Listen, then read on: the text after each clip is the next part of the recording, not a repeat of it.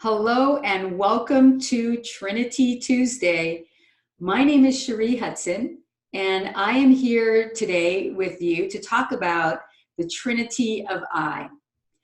And in the number of years that I've been involved in leadership development, there are three leadership qualities that keep bubbling up, even in my master's program in leadership. And I was just so intrigued and fascinated by these qualities that I did more research and really looked in depth on each one of them. And that is the Trinity of I.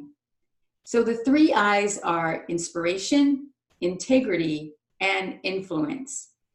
In this video series, I've taken you through the inspiration, and we're actually going to get into the third one.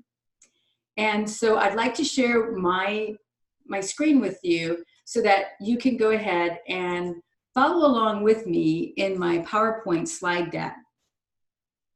And so I just love leadership development because leadership development happens everywhere. It's not a position because we lead both personally and professionally. And to know these qualities and become familiar with them and to embrace them, we all have them in our soul. They're etched into our DNA. And as we take a look, it is inspiration out of the other three, which is integrity and influence. So inspiration is the one that we are focusing on in this video series. And we took a look at each one of them. So the behaviors that represent inspiration deals with a person that really looks at adversity and failure as a blessing and a lesson. They take that experience and they learn from it. I've actually coined fail is to fail and intentionally learn. Because when we learn from the incident, when we learn from the experience, my gosh, so many things that we can apply in our next steps, moving ourselves forward in our leadership journey, whether it's personally or professionally. So learn from those opportunities. The second one that I got into was focused on the possibilities. Leaders are incredible in regards to looking at what is possible. They don't limit themselves. I love Thomas Edison. You know, he's like, did you exhaust every opportunity? And his answer is no. There's still one more thing that you can try. There's one more thing that you can do. Leaders that are very adept to looking at possibilities really create an incredible team, and they are truly, truly effective. Now, what we're going to look at today is the third behavior in this particular trinity, this leadership quality. And we're going to take a look at feel who you are. What's amazing about leadership is that when you have someone in that role, whether it's an informal leader or a formal leader, which means they actually have a position, or that's a formal leader, but an informal doesn't have the position, but they still get followers that move projects in so many different ways. And the reason why the followers do that, whether they have the title or not, is because they feel the leadership qualities. They feel that individual. They resonate with who they are. So that's what we're going to focus on today. I love this quote by John Maxwell. A leader's attitude is caught by his or her followers more quickly than his or her actions. And that is so true. The attitude of the leader is so profound. It is moving because, again, it resonates with the followers. They look at inspiration, they're being inspired, they look at possibilities, they're moving forward, so they feel all of that, and they're excited about it too. So they don't look at work, whether it's personal or professional, as a task, but they look at work as a calling, something that they're passionate about and that is in line with their own core values as well.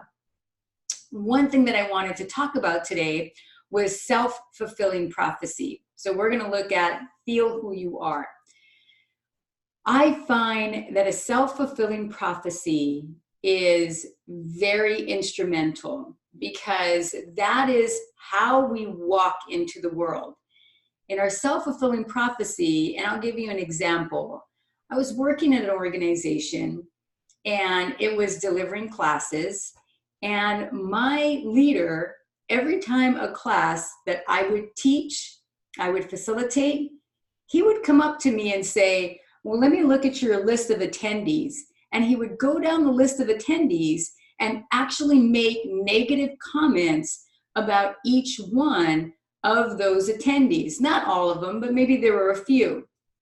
And after about the second or third time this happened, I started to feel uneasy because I didn't want to walk in with agendas, which is thoughts, and project that in how I worked with these attendees that were in the class.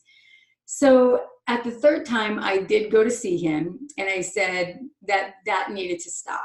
I did not want to project these feelings or these emotions of what he was saying to come out in any way, and so that the attendee could fully experience the class.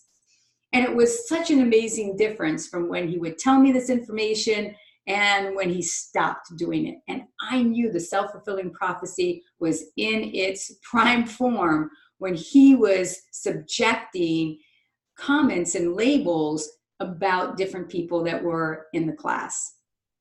This happens quite a bit, and we hear it. And in my role that I've definitely, I love what I do. I absolutely do. And in my role, I've actually seen and I've heard this where a leader gets an employee that was transferred from another department. And what that person, that leader says to the new leader can be so detrimental, or it could be instrumental.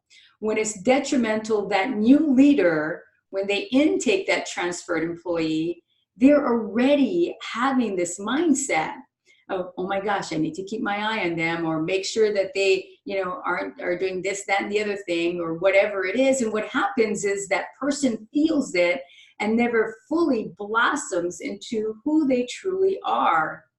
And what that new position has to offer, because there could be talents and strengths that are untapped in that employee that could totally come out while truly fully experience this new position.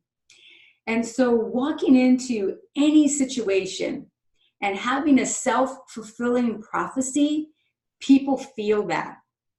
And the more that we can walk in to other relationships, whether it's employee or boss, whether it's employee leader, whether it's a relationship with a friendship, if you are walking in with these self-fulfilling prophecies and agendas, then just take a step back and take a look. Is my attitude, is my thought process, will it have an impact on our relationship in a negative way? And if it does, what do I need to do to recalibrate that? How can I take responsibility on it and really allow this person to fully engage in this position and to possibly fully blossom and tap into talents and strengths and gifts that they might not have even known of? And so coming with that, a leader can be felt. That is so profound. A leader's attitude, a leader's position is so impactful. And everyone around us as a leader, we're being looked under microscopes on how we're being, how we're coming across. What does that look like? And do the people around us resonate with us, or are they being detracted away from us? So they feel us. They feel us all the time. So let's go ahead and take a look at what we've covered so far. So in our first video, we took a look at adversity and failure. And again, as I said earlier, how do we look at those situations, those challenges, and embracing them rather than making them wrong or bad, but taking a look at them and saying, this is going to build my character. This is going to teach me things, and I desire to learn. The second thing that we took a look at was focus on the possibilities. What is truly possible? Because there's infinite ways of doing things. And the third thing that we covered today was they feel you. We feel each other. It's just like when you walk into a room and for no reason, there's somebody there and might not have even said a word to you, but the hair on the back of your neck stands up because we feel it. And self-fulfilling prophecies can really turn things sideways in a negative way if it comes across in that filter. So we're done with the inspiration.